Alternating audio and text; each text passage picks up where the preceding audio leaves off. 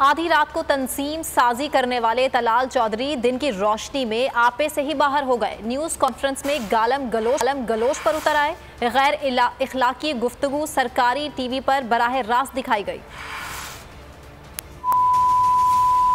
और कमाल देखें, मुंसफी पर बैठने वाला घर की जो औरतें हैं इनकी,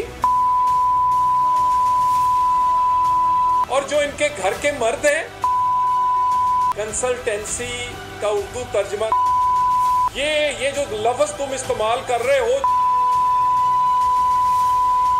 इमरान खान के लिए। हवाए नफ्स की है हुक्मरानी, लुटेरा कर रहा है पासबानी।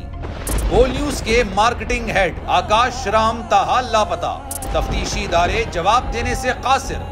अहले खाना परेशान, बेटे की जुदाई में माँ गम से निढाल। जो बच्चो हिंदू पर आए थे जो आन पाकिस्तानी, मुझे मेहरबानी करे पंहिंजो आकाश वापस कयो।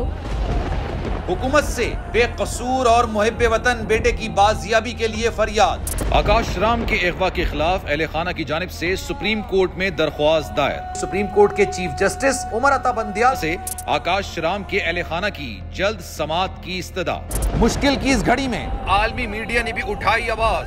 CNN, आज तक, इंडिया टुडे, टाइम्स नाउ समेत आलमी मीडिया ने आकाश राम के अगवा के खिलाफ दिया बोल का साथ। उफ क्या जुल्म है, बोल इंसाफ का मुंतजिर।